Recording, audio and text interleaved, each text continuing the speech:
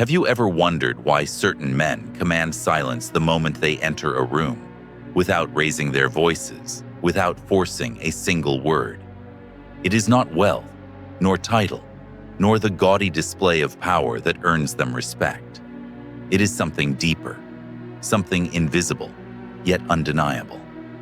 Their presence is an anchor, a quiet force that compels others to adjust themselves around it. Like a mountain unmoved by the storms, they embody habits so rare and so disciplined that others feel small in their shadow, yet strangely safe under their steadiness. The Stoics understood this. Marcus Aurelius wrote of the man whose soul becomes a rock against which the waves break, and they shatter upon it. To stand like that is not to roar louder, but to cultivate habits that make silence more piercing than speech, composure more disarming than aggression, and restraint more powerful than indulgence. These habits are not performed for applause, but lived from the marrow. And in living them, a person becomes both feared and respected, often without even trying. Respect is not granted. It is drawn out from others like iron filings to a magnet. It is the unconscious acknowledgement that here stands someone different, someone immune to the ordinary games of ego and validation. And if you, listening now, feel the hunger to command such respect, it is not found in posturing or theatrics. It begins with a transformation of the inner life, a disciplining of the psyche, where both your shadow and your light are tamed into alignment. The first of these transformations is silence itself, not the silence of weakness or submission, but the silence of mastery. Have you noticed how quickly most people rush to fill emptiness with noise, explanations, justifications, nervous laughter?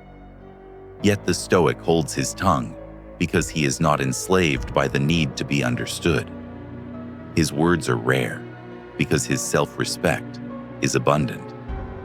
In Jungian terms, he has faced the shadow of insecurity and stripped it of its power.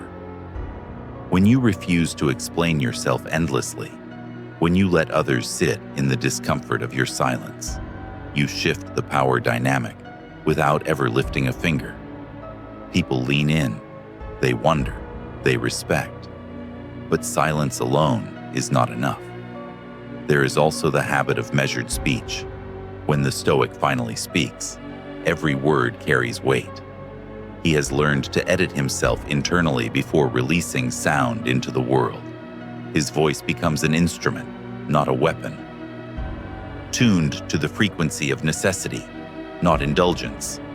And in this, there is immense psychological power. Others realize they cannot manipulate him into reaction, nor extract more than he is willing to give. They meet not a boy hungry for approval, but a man content to remain misunderstood. Observe, too, the way he carries himself. His posture is not arrogance, but certainty. He moves with an economy of motion, a rhythm that says, "I am not hurried by the world. I bend it to my pace." This habit of composure reveals itself in moments of tension. Where others flail, he remains steady. Where others collapse under insult, he absorbs it with a half-smile that disarms more deeply than rage ever could. Respect flows to him because he has proven, again and again, that no storm outside can unsettle the order within. And there is discipline, not the kind shouted from stages or flaunted on social media, but the quiet rituals lived in secret. Rising early, working consistently, keeping promises no one sees but himself. This kind of discipline hardens a man into steel. Others feel it, even if they never witness it. They sense the gravity of someone who is anchored by self-rule. For how can you respect a person who cannot govern their own impulses? True respect is born when you demonstrate mastery over yourself before you seek to master anyone else. Yet respect also comes from restraint. In a culture obsessed with indulgence, the one who declines excess shines brighter than those who gorge themselves. The Stoic knows the power of no, not bitterly, but calmly. No to gossip, no to envy, no to the bait of petty conflict. He abstains not because he lacks opportunity, but because he refuses slavery to desire. That is the paradox of freedom. It belongs not to the man who does everything he wants, but to the man who needs almost nothing. And here is where psychology deepens the lesson. Every projection of anger, every attempt to dominate others is a mirror of inner lack. But the Stoic, through the grinding work of individuation, faces these fractures directly. He does not need to prove himself because he has already wrestled with his inner demons and emerged whole. When he enters a room, others feel this unconscious wholeness. They may not name it, but they sense it. The difference between a fragmented soul and one that has been reforged by fire. So, if you wish to be respected, begin not with the world's gaze, but with your own shadows. Practice silence when others expect chatter. Master yourself before trying to manage others. Restrain where others indulge. This is the path that bends heads without a word, that commands honor without demand. Respect is not seized. It is magnetized by the weight of your being. There is another layer to respect that most overlook: the invisible economy of attention. The Stoic understands that every glance, every pause, every word spent is currency. He does not squander it. Others fling their energy outward, desperate to be noticed, desperate to leave a mark. But the disciplined soul withholds, measures, and invests only where it matters. This restraint creates a gravitational pull. People sense it. He is not cheap with himself, therefore he cannot be bought. Psychology tells us that scarcity creates value, and so it is with presence. When a man does not scatter his energy across every trivial interaction, when he is deliberate in his focus, the world instinctively accords him more respect. In Jungian terms, this is the ego no longer enslaved to projection. He does not need to impress because he does not outsource his worth to the applause of others. Respect, then, is not something he seeks. It is a side effect of self-possession. Observe how such a man reacts to conflict. Most are swept away by reactivity, by the storm of their emotions. But he has rehearsed stillness until it has become his nature. Even in the presence of insult, betrayal, or chaos, his core remains unshaken. And here the Stoic lesson deepens. Power is not found in crushing others, but in remaining uncrushable yourself.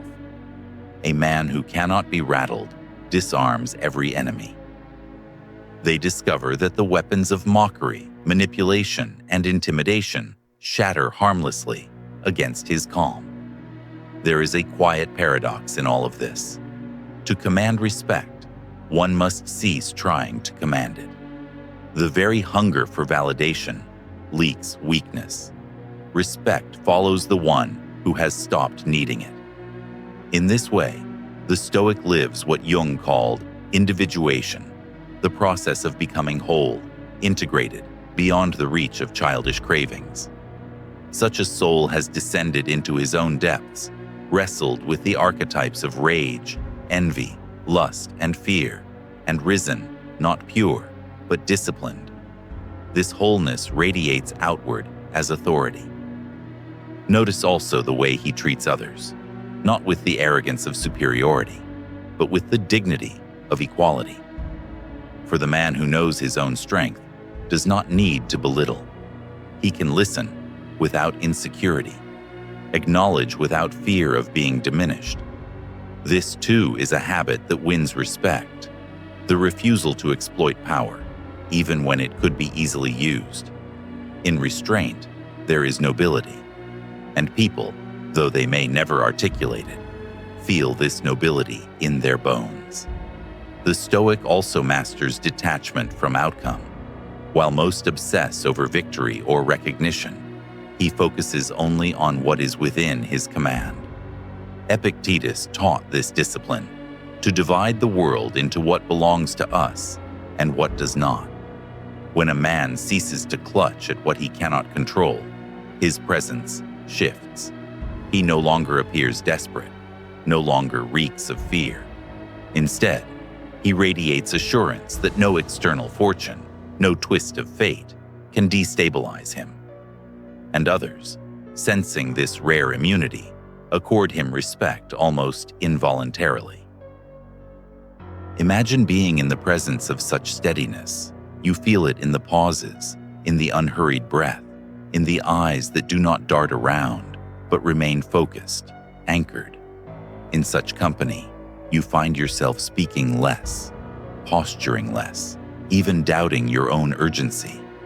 This is not magic. It is the psychological impact of a soul whose order compels others to reorganize themselves. Respect is not begged for. It is elicited by the sheer gravity of integrity. And then there is courage. Not the reckless courage of impulse, but the steady courage of endurance. The Stoic habitually chooses what is difficult, but right over what is easy and hollow. He does not flee from discomfort, because he knows every trial refines him. This habit earns respect in the deepest sense, for others recognize in him a mirror of what they long to be, but fear to pursue. His life whispers to them, yes, suffering can be born, and from it, greatness can be carved. You must ask yourself, do you radiate this steadiness, or do you leak your power in every anxious glance, every need to be seen, every surrender to impulse? To embody these Stoic habits is to embody sovereignty itself, and sovereignty is always respected, even by those who envy or resist it. Respect also grows from an aura of constancy. In a world of endless distraction, the Stoic becomes a rare island of reliability. Where others flinch, compromise, or change with the tides, he holds steady, the same in private as in public. Jung would call this the alignment of persona and self, the mask and the inner core brought into harmony. When people see no fracture between a man's words and his actions, they instinctively bow inwardly to him. For trust is the foundation of respect, and trust is born when the self is one. This constancy extends into how he bears suffering. Life inevitably delivers pain, disappointment, betrayal, and loss. Most resist or collapse under it, but the Stoic embraces it as training. He does not glorify suffering, nor does he wallow in it. Instead, he treats it as the crucible that tempers his soul. When others witness this, they are moved, not by pity, but by awe. To watch someone endure pain without bitterness, to see them transform wounds into wisdom, inspires reverence. Respect clings to the one who suffers nobly, because he embodies the courage others secretly crave. Notice also how he regards time. The Stoic does not treat hours as disposable. He holds them as sacred. His habits reveal a ruthless clarity about mortality, that each moment is borrowed, each day a vanishing currency. So he wastes nothing on trivial resentments, empty pleasures, or hollow pursuits. People feel the difference when they stand in his presence.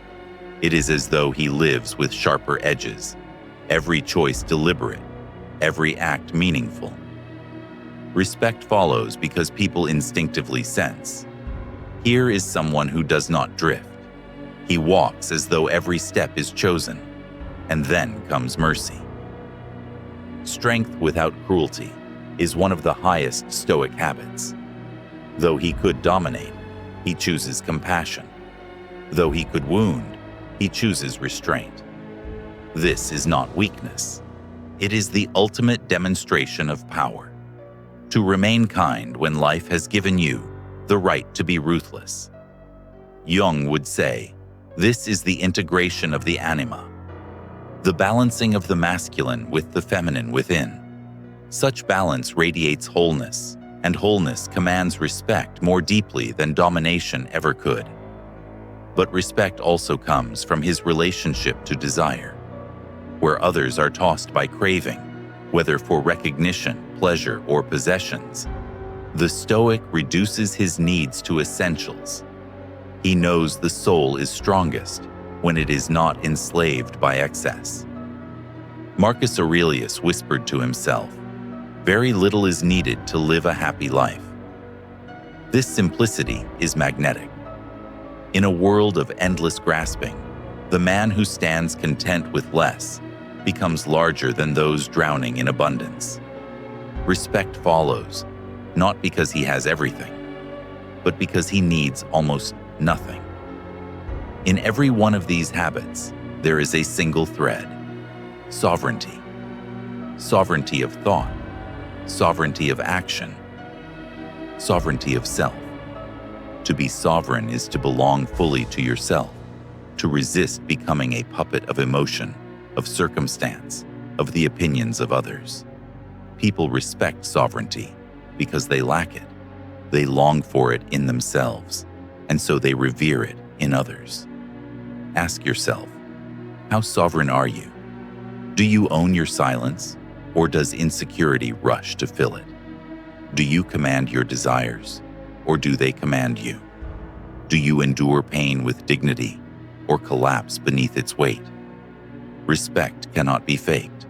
It cannot be purchased. It must be forged through the painful, disciplined work of self-mastery.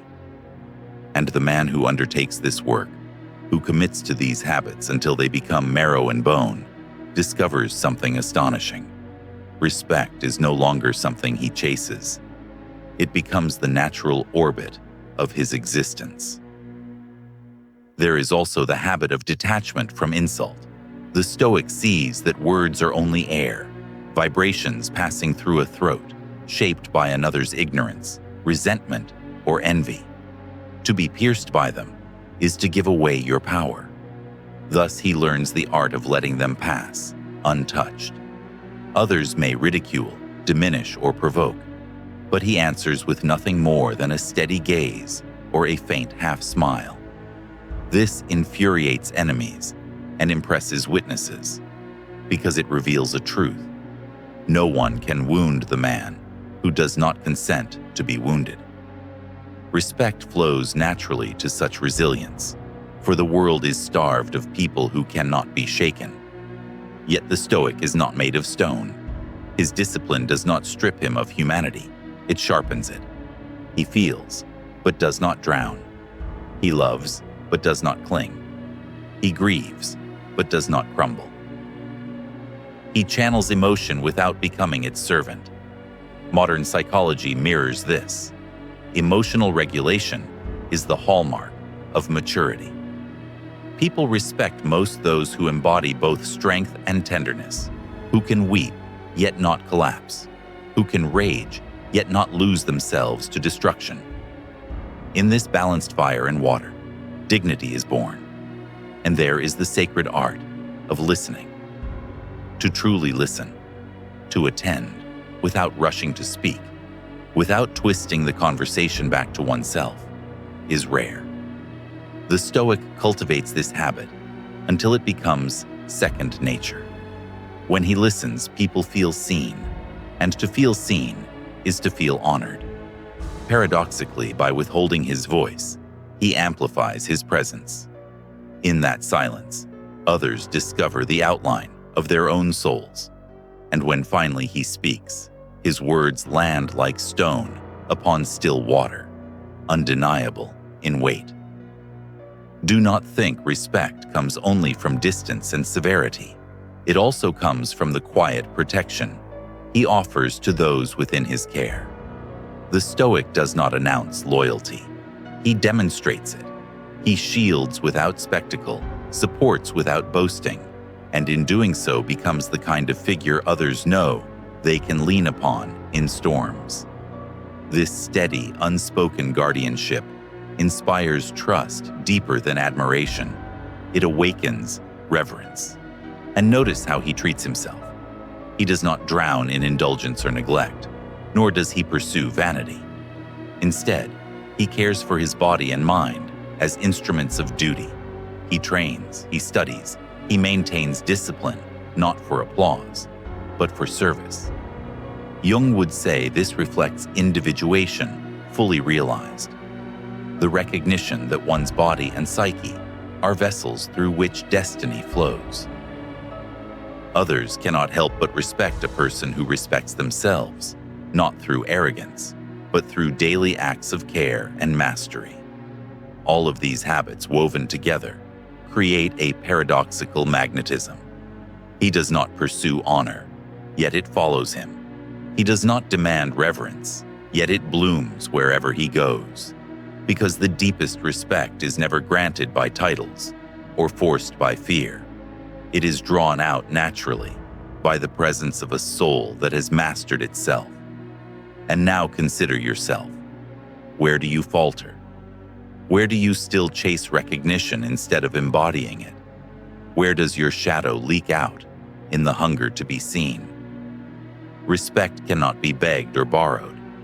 It must be earned in silence, in discipline, in restraint, in sovereignty. And once you embody these habits fully, you will discover something profound. Respect is not something others give you. It is something you already become. Respect also emerges from the ability to stand apart from the crowd without ever needing to announce it. The Stoic does not compete for attention in the marketplace of noise. He embodies a dignity that makes the noise irrelevant. While others race to display themselves, he remains still, certain that his worth requires no advertisement. This habit of refusing to cheapen one's presence through constant display creates a mystique. People lean toward him not because he shouts the loudest, but because he refuses to shout at all. This quiet separation is amplified by his relationship with fear. Most men are governed by it, even if they disguise it with bravado. But the Stoic names it, confronts it, and walks through it. He trains his psyche to see fear as an invitation rather than a prison. Each time he enters what others avoid, his soul expands. Respect gathers around him because courage, when consistent, becomes unmistakable. Jung wrote of the shadow that must be faced, not denied, and those who face it radiate an authenticity so strong that others instinctively recognize it as real power. And what of his dealings with fortune? He neither worships it when it smiles, nor curses it when it withdraws. Success does not intoxicate him, nor does failure destroy him. In both, he sees the same truth, that external circumstance is never the measure of internal worth. This steadiness makes him untouchable to fortune's games. People respect him because he cannot be bribed by glory, nor broken by loss. He is anchored in what cannot be stolen. Here lies another habit, gratitude. Not the shallow kind that parrots positivity, but the deep, disciplined recognition of the present as gift. The Stoic wakes each day with awareness that life is fleeting, fragile, and precious. He honors it not by clinging, but by living fully within it. Gratitude, carried in silence, becomes an aura others can feel. And respect follows, because one who cherishes life in its rawness commands reverence from those who squander theirs. There is also justice, the commitment to fairness even when it costs. The Stoic does not bend morality for advantage, nor does he betray trust for gain. In this, he transcends the pettiness of opportunism. Jung spoke of the archetype of the king, not tyrant, not weakling, but steward of order.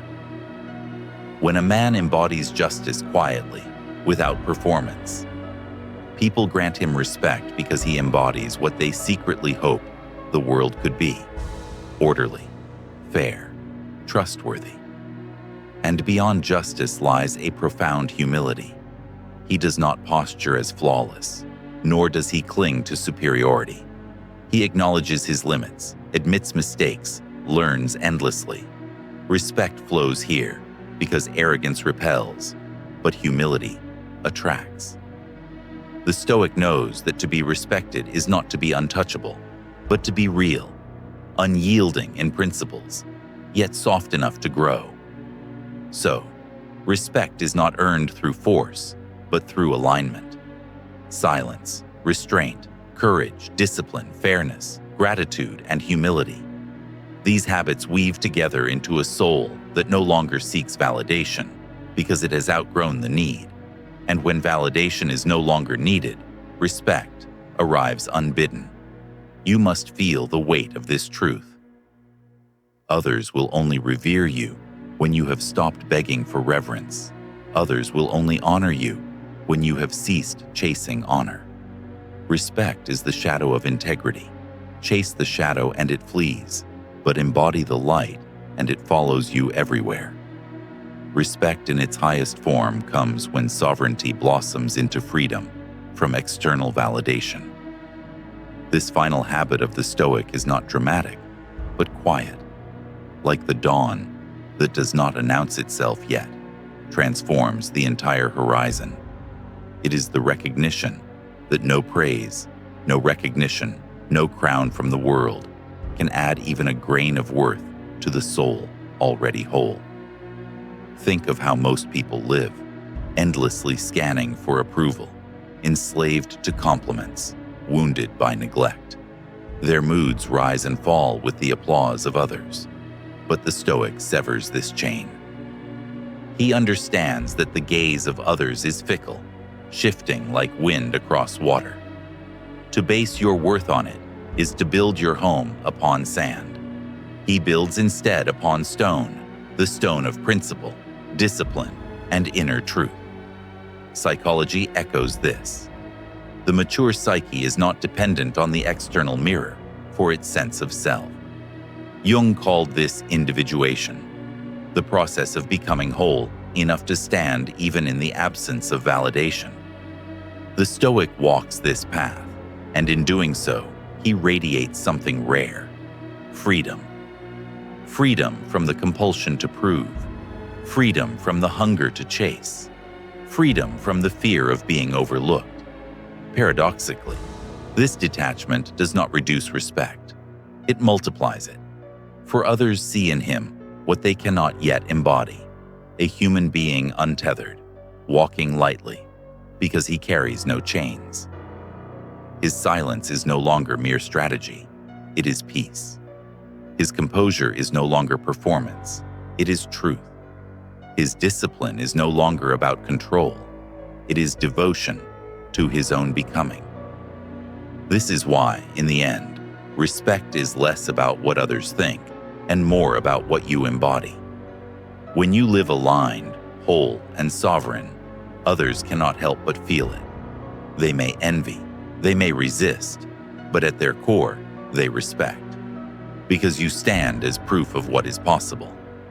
And so the 7 habits converge into one: mastery of self. Silence, composure, restraint, discipline, courage, justice, humility, all flow into the great river of sovereignty. And sovereignty births respect without effort, without chase, without hunger. You must hear this truth clearly. The moment you stop trying to prove yourself, you become undeniable. The moment you release the hunger to be seen, you are unmissable. Respect comes not as a prize, but as a shadow, following naturally the one who has ceased to grasp for it. And for those who wonder what this looks like in its purest form, it is this: a soul who stands calm in storms, content in silence, firm in principle, generous in restraint, fierce in integrity, soft in compassion, and free from the desperate need for validation.